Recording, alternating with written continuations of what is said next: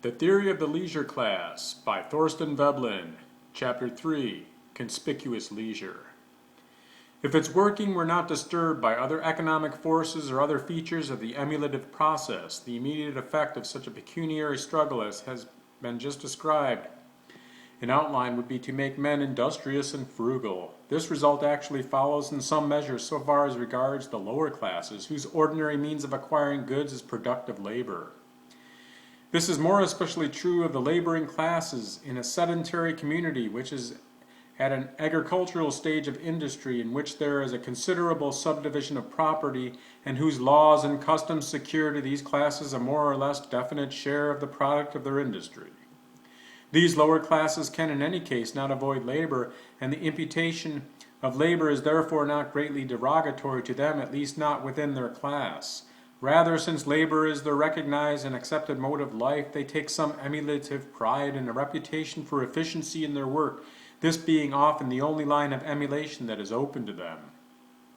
For those for whom acquisition and emulation is possible only within the field of productive efficiency and thrift, the struggle for pecuniary reputability will in some measure work out in an increase of diligence and parsimony.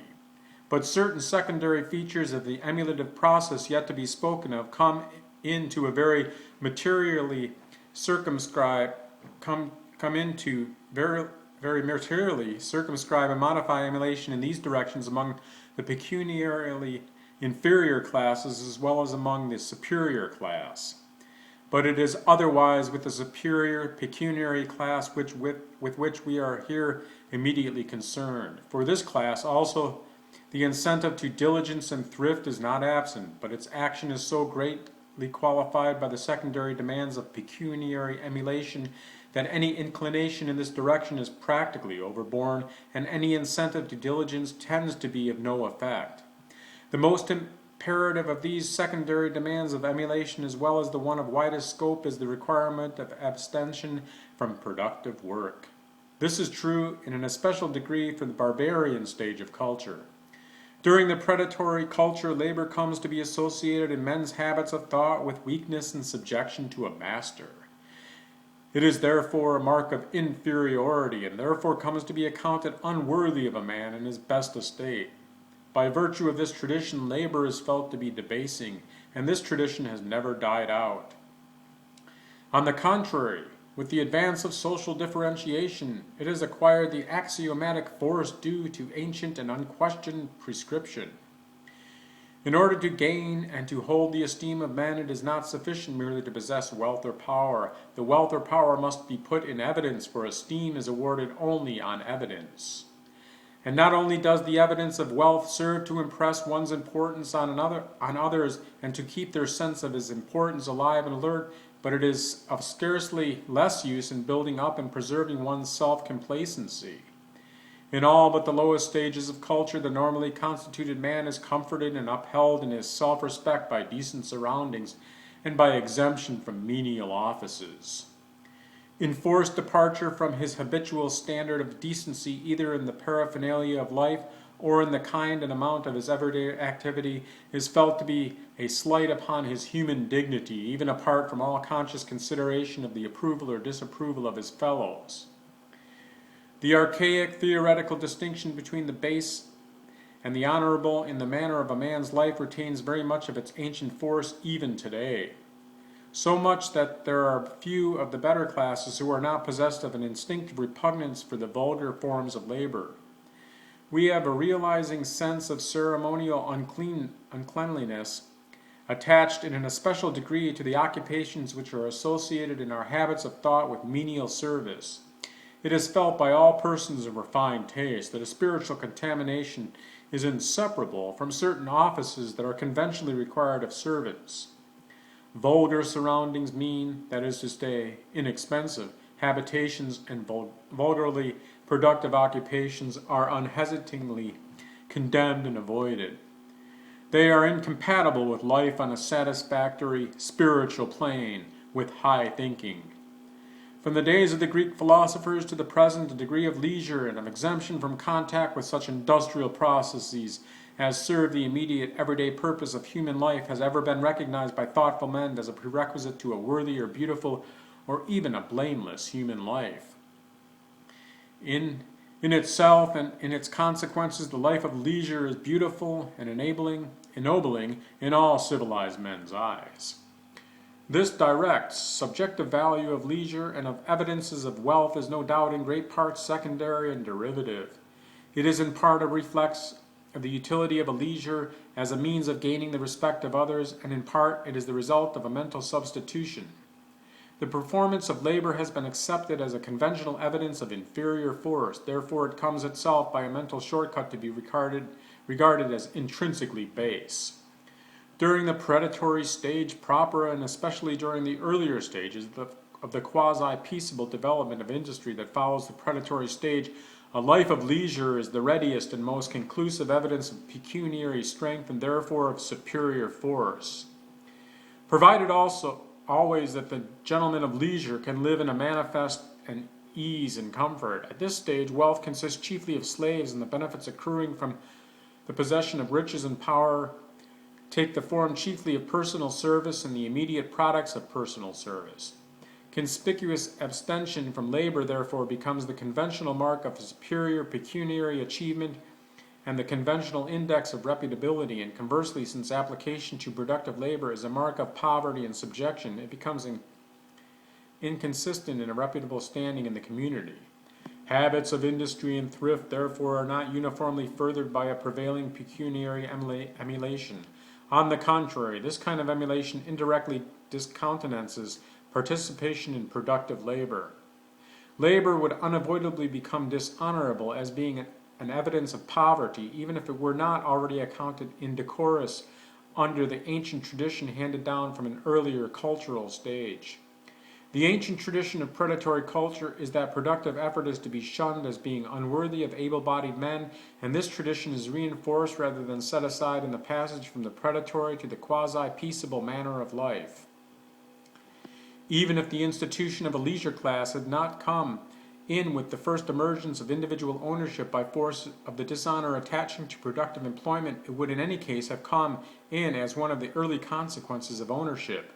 And it is to be remarked that while the leisure class existed in theory from the beginning of predatory culture, the institution takes on a new and fuller meaning with the transition from the predatory to the next succeeding pecuniary stage of culture.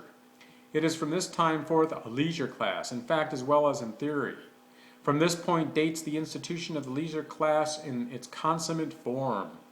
During the predatory stage proper, the distinction between the leisure and the laboring classes is in some degree a ceremonial distinction only.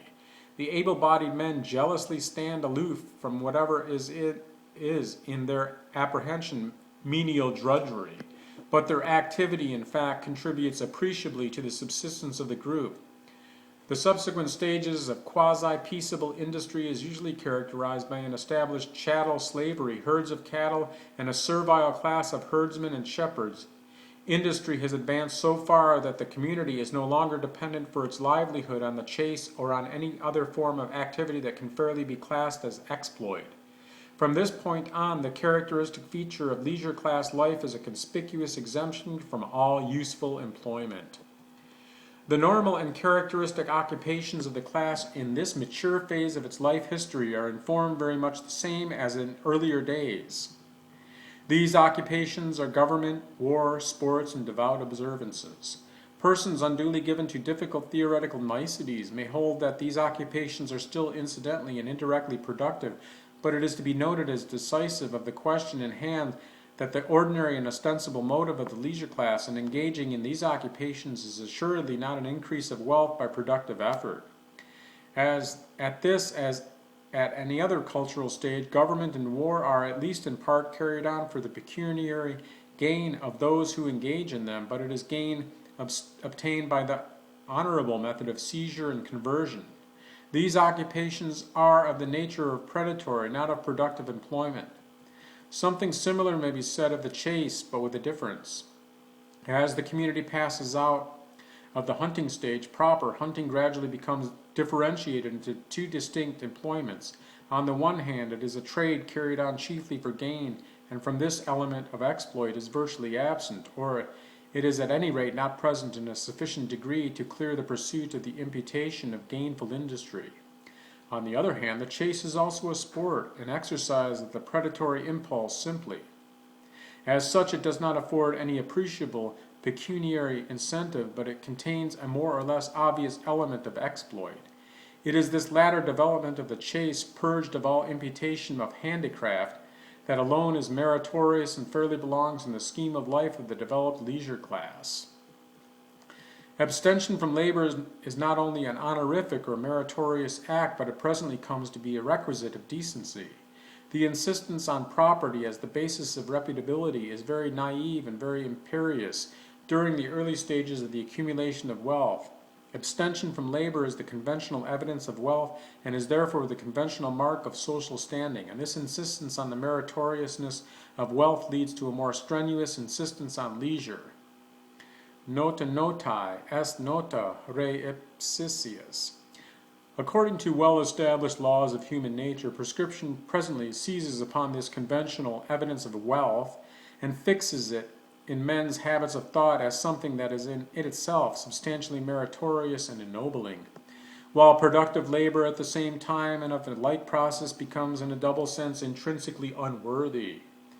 Prescription ends by making labor not only disreputable in the eyes of the community, but morally impossible to the noble freeborn man, and incompatible with a worthy life. This taboo on labor has a further consequence in the industrial differentiation of classes.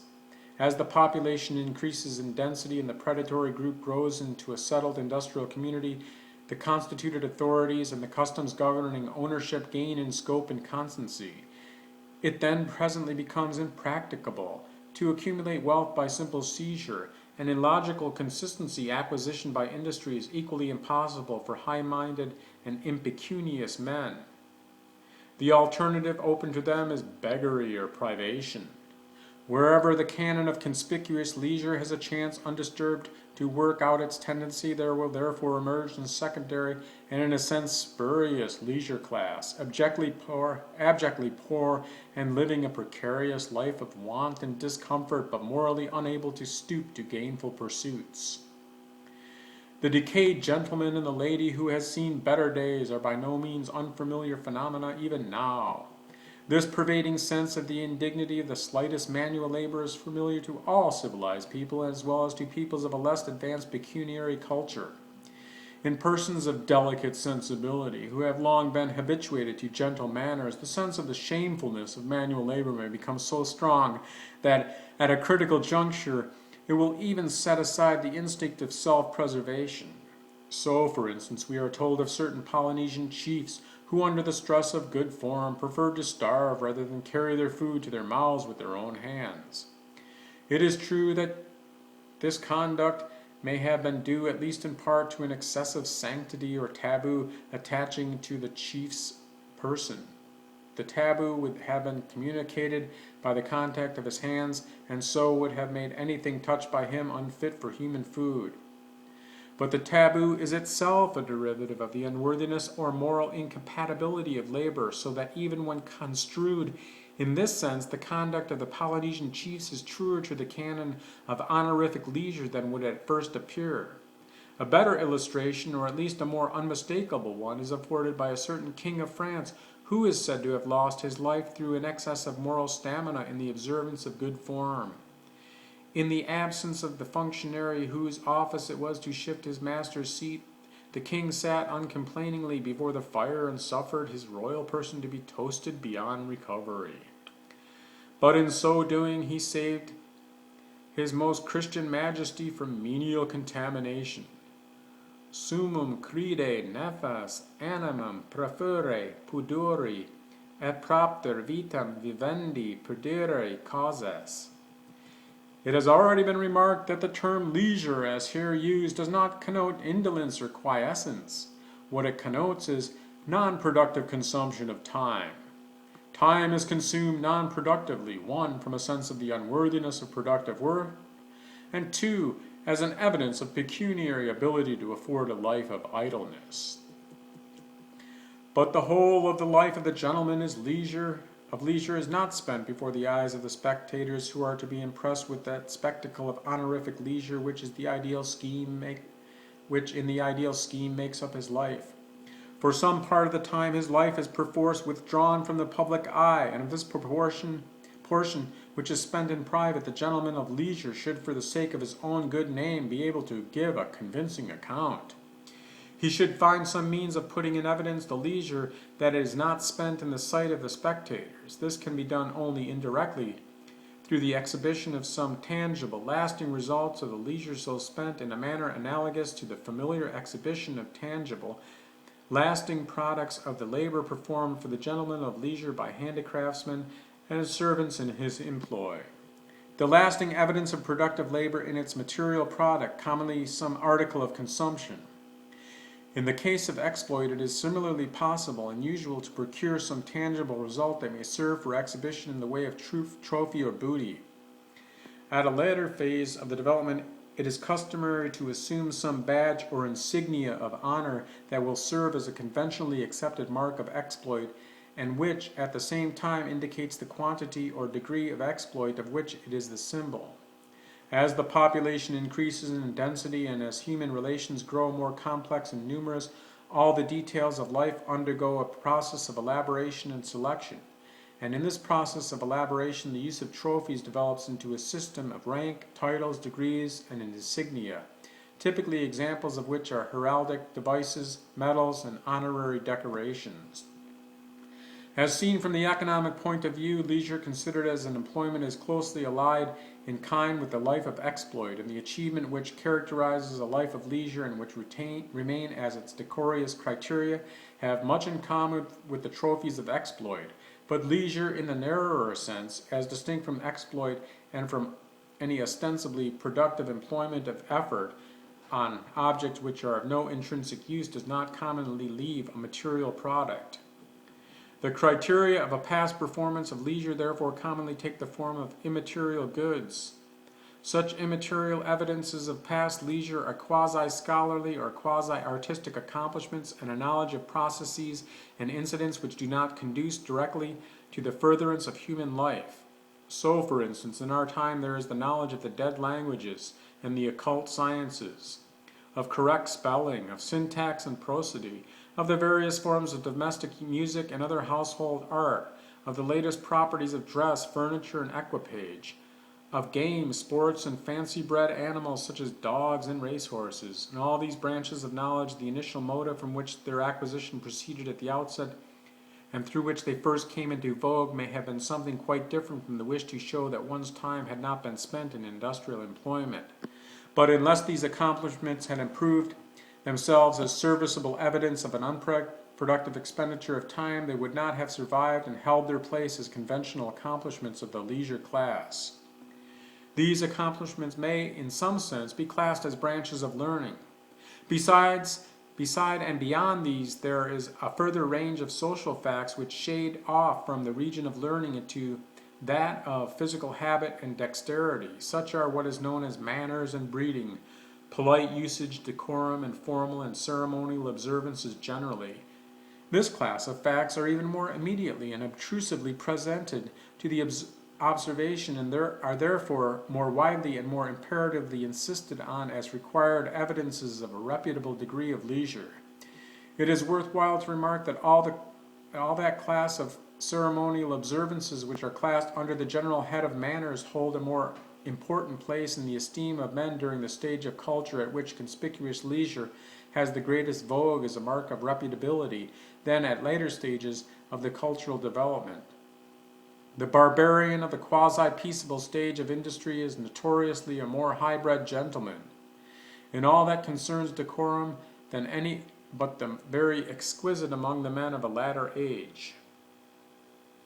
Indeed, it is well known, or at least it is currently believed, that manners have progressively deteriorated as society has receded from the patriarchal stage. Many a gentleman in the old school has been provoked to remark regretfully upon the underbred manners and bearing of even the better classes in the modern industrial communities and the decay of the ceremonial code, or, as it is otherwise called, the vulgarization of life.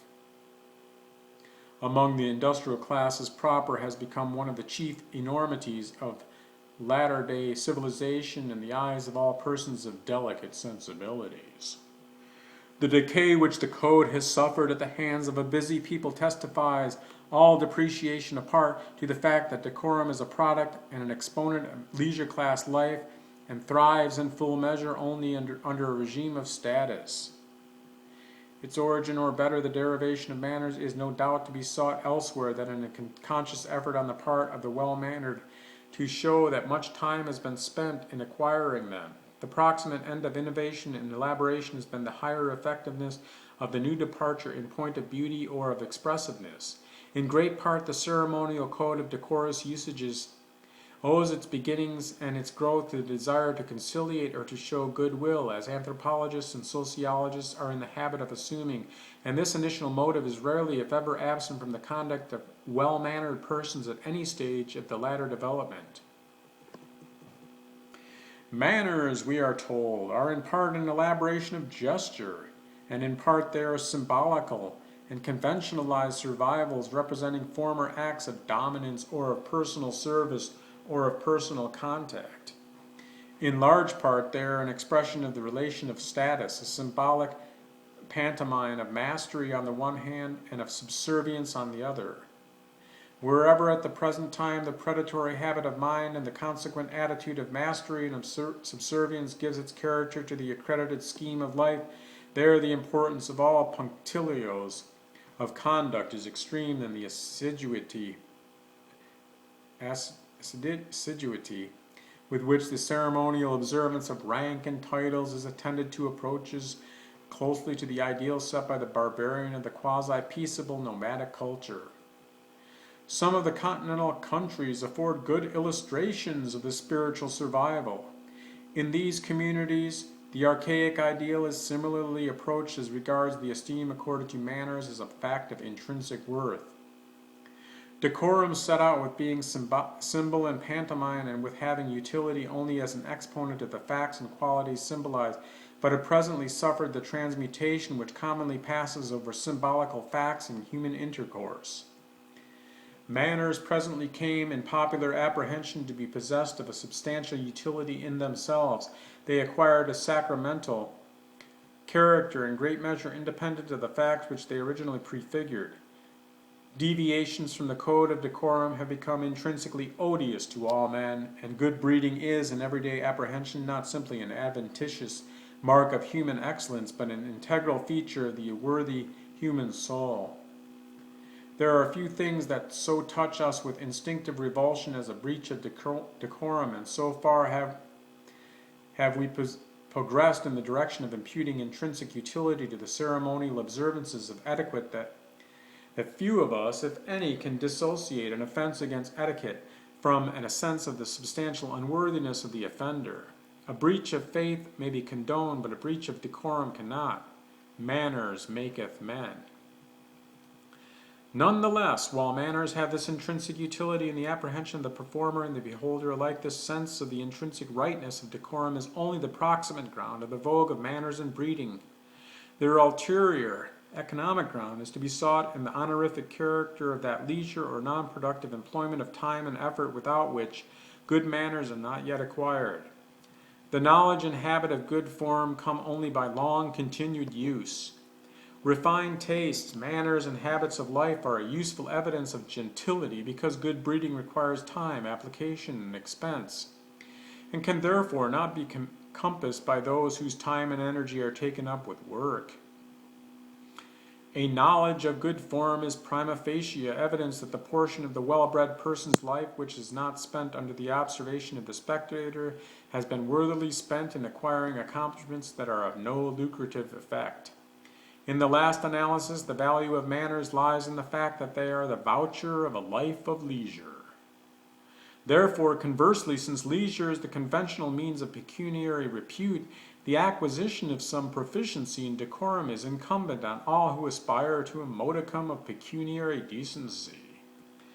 So much of the honorable life of leisure as is not spent in the sight of spectators can serve the purposes of reputability only in so far as it leaves a tangible, visible result that can be put in evidence and can be measured and compared with products of the same class exhibited by competing aspirants for repute. Some such effect in the way of leisurely manners and carriage, etc., follows from simple persistent abstention from work even where the subject does not take thought of the matter and studiously acquire an air of leisurely opulence and mastery. Especially does it seem to be true that a life of leisure in this way, persisted in through several generations, will leave a persistent, ascertainable effect in the conformation of the person and still more in his habitual bearing and demeanor. But all the suggestions of accumulated life of leisure and all the proficiency and decorum that comes by the way of passive habituation may be further improved upon by taking thought and assiduously acquiring the marks of honorable leisure, and then carrying the exhibition of these adventitious marks of exemption from employment out in a strenuous and systematic discipline. Plainly, this is a point at which a diligent application of effort and expenditure may materially further the attainment of a decent proficiency in the leisure class properties. Conversely, the greater the degree of proficiency and the more patent the evidence of a high degree of habituation to observances which serve no lucrative or other directly useful purpose, the greater the consumption of time and substance impliedly involved in the acquisition, and the greater the result in good repute. Hence, under the competitive struggle for proficiency in good manners, it comes about that much pains is taken with the cultivation of habits of decorum, and hence the details of decorum develop into a comprehensive discipline, conformity to which is required of all who would be held blameless in point of repute. And hence, on the other hand, this conspicuous leisure, of which decorum is a ramification, grows gradually into a laborious drill in deportment, and an education in taste and discrimination as to what articles of consumption are decorous and what are the decorous methods of consuming them. In this connection, it is worthy of notice that the possibility of producing pathological and other idiosyncrasies of person and manner by shrewd mimicry and a systematic drill have been turned to account in the deliberate production of a cultured class, often with a very happy effect. In this way, by the process vulgarly known as snobbery, a syncopated evolution of gentle birth and breeding is achieved in the case of a goodly number of families and lines of descent. This syncopated gentle birth gives results which, in point of serviceability as a leisure class factor in the population, are in no wise substantially inferior to others who may have had a longer but less arduous training in the pecuniary properties. There are, moreover, measurable degrees of conformity to the latest accredited code of the punctilios as regards decorous means and methods of consumption. Differences between one person and another in the degree of conformity to the ideal in these respects can be compared, and persons may be graded and scheduled with some accuracy, in effect according to a progressive scale of manners and breeding. The award of reputability in this regard is commonly made in good faith on the ground of conformity to accepted canons of taste in the matters concerned, and without conscious regard to the pecuniary standard to the degree of leisure practiced by any given candidate for reputability.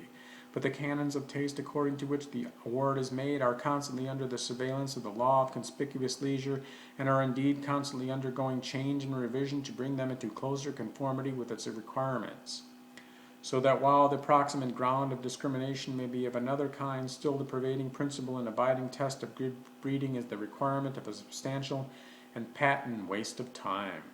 There may be some considerable range of variation in detail within the scope of this principle, but they are variations of form and expression, not of substance.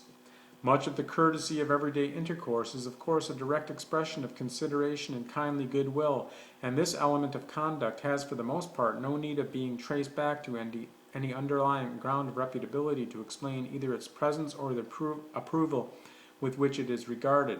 But the same is not true of the code of properties. These latter are expressions of status. It is, of course, sufficiently plain to any one who cares to see that our bearing towards menials and other pecuniarily dependent inferiors, the bearing of the superior member in relation of status, though its manifestation is often greatly modified and softened from the original expression of crude dominance. Similarly, our bearing towards superiors and in great measure towards equals expresses a more or less conventionalized attitude of subservience.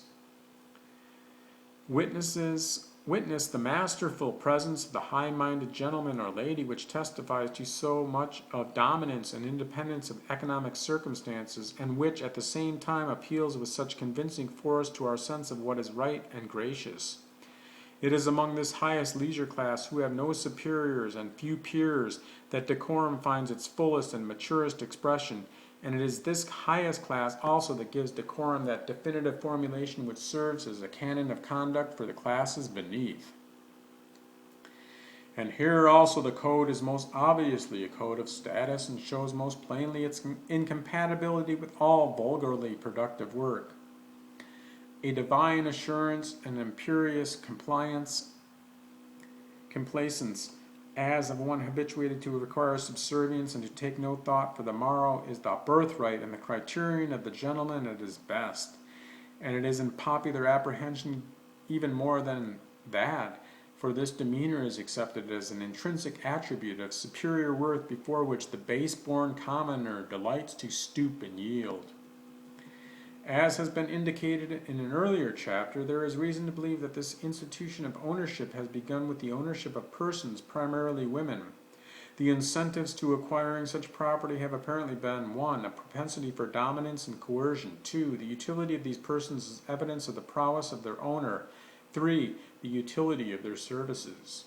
Personal service holds a peculiar place in the economic development. During the stage of quasi-peaceable industry, and especially during the earlier development of industry within the limits of this general stage, the utility of their services seems commonly to be the dominant motive to the acquisition of property and persons. Servants are valued for their services, but the dominance of this motive is not due to a decline in the absolute importance of the other two utilities possessed by servants.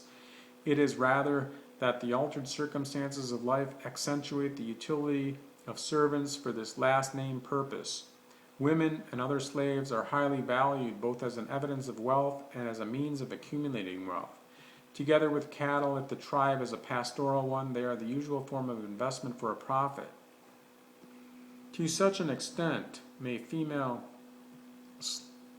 slaves its character the economic life under the quasi-peaceable culture that women even comes to serve as a unit of value among peoples occupying this cultural stage, as for instance in Homeric times.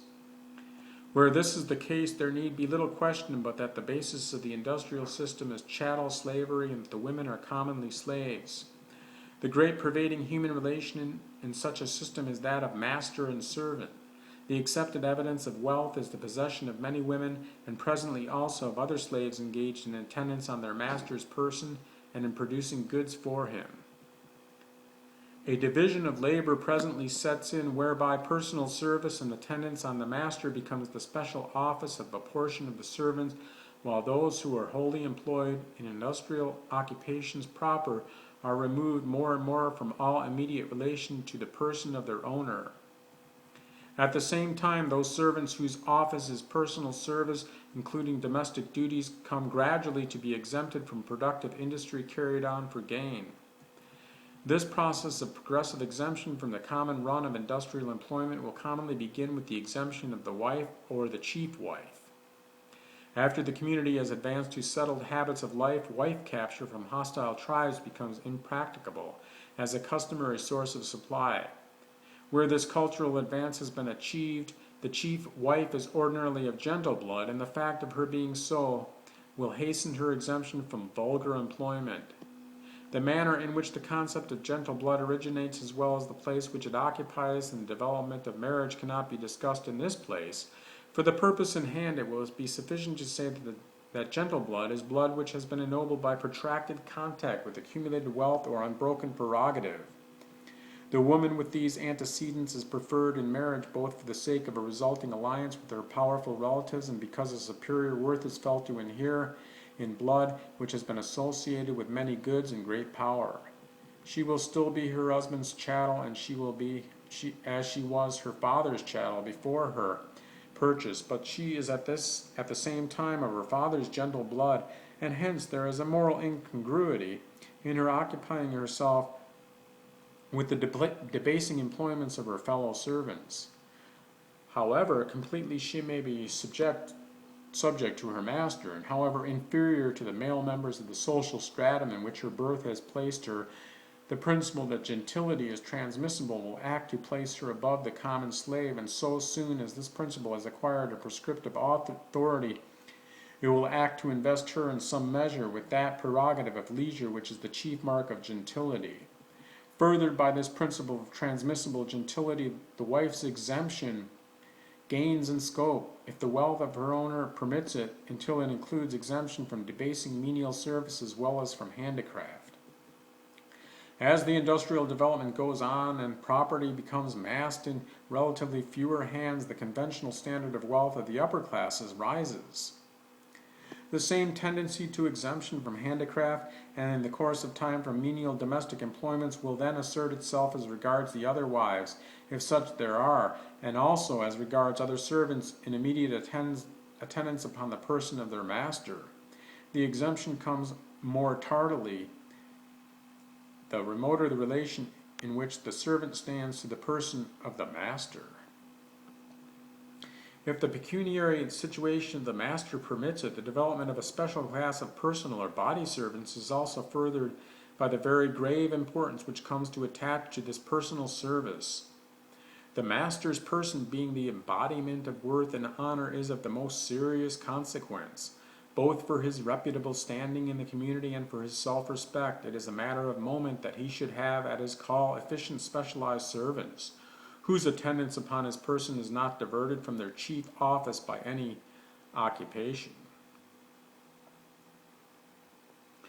These specialized servants are useful more for show than for service actually performed, and so far as they are not kept for exhibition simply, they afford gratification to their master chiefly in allowing scope to his propensity for dominance. It is true the care of the continually increasing household apparatus may require added labor, but since the apparatus is commonly increased in order to serve as a means of good repute rather than as a means of comfort, this qualification is not of great weight. All these lines of utility are better served by a larger number of more highly specialized servants. There results, therefore, a constantly increasing differentiation and multiplication of domestic and body servants, along with a concomitant progressive exemption of such servants from productive labor. By virtue of their serving as evidence of ability to pay, the office of such domestics regularly tends to include continually fewer duties, and their service tends in the end to become nominal only. This is especially true of those servants who are in most immediate and obvious attendance upon their master, so that the utility of this comes to consist in great part in their conspicuous exemption from productive labor and in evidence which this exemption affords of their master's wealth and power. After some considerable advance has been made in the practice of employing a special corps of servants for the performance of a conspicuous leisure, in the manner men begin to be preferred above women for services that bring them obtrusively into view.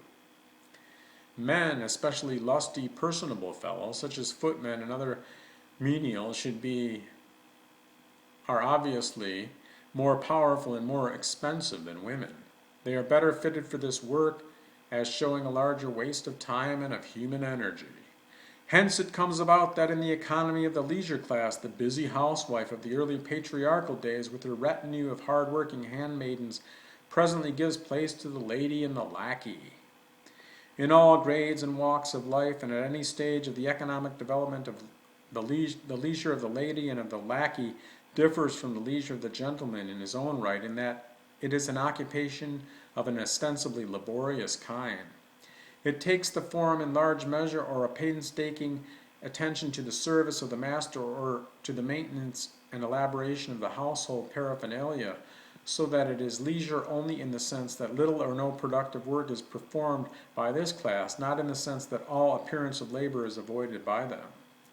The duties performed by the lady or by the household or domestic servants are frequently arduous enough, and they are also frequently directed to ends which are considered extremely necessary to the comfort of the entire household. So far as these services conduce to the physical efficiency or comfort of the master or the rest of the household, they are to be accounted productive work. Only the residue of employment left after deduction of this effective work is to be classed as a performance of leisure. But much of the services classed as household cares in modern everyday life, and many of the utilities required for a comfortable existence by civilized man, are of a ceremonial character. They are therefore properly to be classed as performance of leisure in the sense in which the term is here used. They may be none the less imperatively necessary for the point of view of decent existence.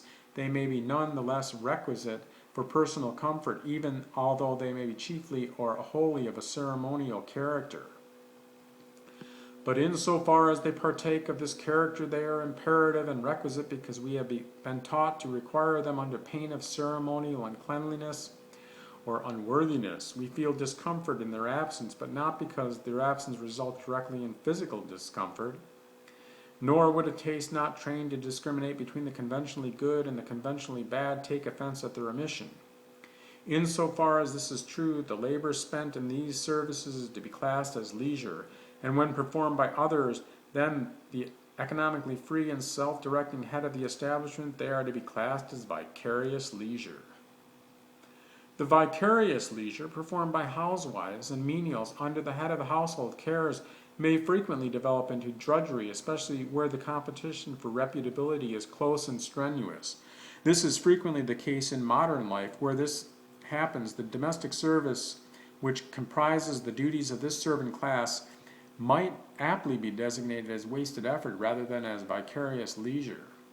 But the latter term has the advantage of indicating the line of derivation of these domestic offices, as well as of neatly suggesting the substantial economic ground of their utility, for these occupations are chiefly useful as a method of imputing pecuniary reputability to the master or to the household on the ground that a given amount of time and effort is conspicuously wasted in that behalf. In this way, then, there arises a subsidiary, derivative leisure class, whose office is the performance of a vicarious leisure for the behoof of the reputability of the primary or legitimate leisure class. This vicarious leisure class is distinguished from the leisure class proper by a characteristic feature of its habitual mode of life. The leisure of the master class is, at least ostensibly, an indulgence of a proclivity for the avoidance of labor, and is presumed to enhance the master's own well-being and fullness of life. But the leisure of the servant class, exempt from productive labor, is in some sort a performance exacted from them, and is not normally or primarily directed to their own comfort. The leisure of the servant is not his own leisure, so far as he is servant in the full sense, and not at the same time a member of a lower order of the leisure class proper. His leisure normally passes under the guise of specialized service directed to the furtherance of his master's fullness of life. Evidence of this relation of subservience is obviously present in the servant's carriage and manner of life. The like is often true of the wife throughout the protracted economic stage during which she is primarily a servant, that is to say, so long as the household with a male head remains in force. In order to satisfy the requirements of the leisure class scheme of life, the servant should show not only an attitude of subservience, but also the effects of special training and practice in subservience. The servant or wife should not only perform certain offices and show a servile disposition, but it is quite as imperative that they should show an acquired facility in the tactics of subservience, a trained conformity to the canons of effectual and conspicuous subservience. Even today, it is this aptitude and acquired skill in the formal manifestation of the servile relation that constitutes the chief element of utility in our highly paid servants, as well as one of the chief ornaments of the well-bred housewife. The first requisite of a good servant is that he should conspicuously know his place. It is not enough that he knows how to effect certain desired mechanical results. He must above all know how to effect these results in due form. Domestic service might be said to be a spiritual rather than a mechanical function. Gradually there grows up an elaborate system of good forms specifically regulating the manner in which this vicarious leisure of the servant class is to be performed. Any departure from these canons of form is to be deprecated, not so much because it evinces a shortcoming in mechanical efficiency, or even that it shows an absence of the servile attitude and temperament, but because in the last analysis it shows the absence of special training. Special training in personal service costs time and effort, and where it is obviously present in a high degree, it argues that the servant who possesses it neither is nor has been habitually engaged in any productive occupation. It is prima facie evidence of a vicarious leisure extending far back in the past, so that trained service has utility not only as gratifying the master's instinctive liking for good and skillful workmanship and his propensity for conspicuous dominance over those whose lives are subservient to his own, but it has utility also as putting in evidence a much larger consumption of human service than would be shown by the mere present conspicuous leisure performed by an untrained person. It is a serious grievance if a gentleman's butler or footman performs his duties about his master's table or carriage in such unformed style as to suggest that his habitual occupation may be plowing or sheep herding. Such bungling work would imply inability on the master's part to procure the service of especially trained servants. That is to say, it would imply inability to pay for the consumption of time, effort, and instruction required to fit a trained servant for special service under an exacting code of forms. If the performance of the servant argues lack of means on the part of his master, it defeats its chief substantial end, for the chief use of servants is the evidence they afford of the master's ability to pay. What has just been said might be taken to imply that the offense of an undertrained servant lies in a direct suggestion of inexpensiveness or of usefulness. Such, of course, is not the case. The connection is much less immediate. What happens here is what happens generally. Whatever approves itself to us on any ground at the outset presently comes to appeal to us as a gratifying thing in itself. It comes to rest in our habits of thought as substantially right. But in order that any specific canon of deportment shall maintain itself in favor, it must continue to have the support of, or at least not be incompatible with, the habit or aptitude which constitutes the norm of its development. The need of vicarious leisure or conspicuous consumption of service is a dominant incentive to the keeping of servants. So long as this remains true, it may be set down without much discussion that any such departure from accepted usage as would suggest an abridged apprenticeship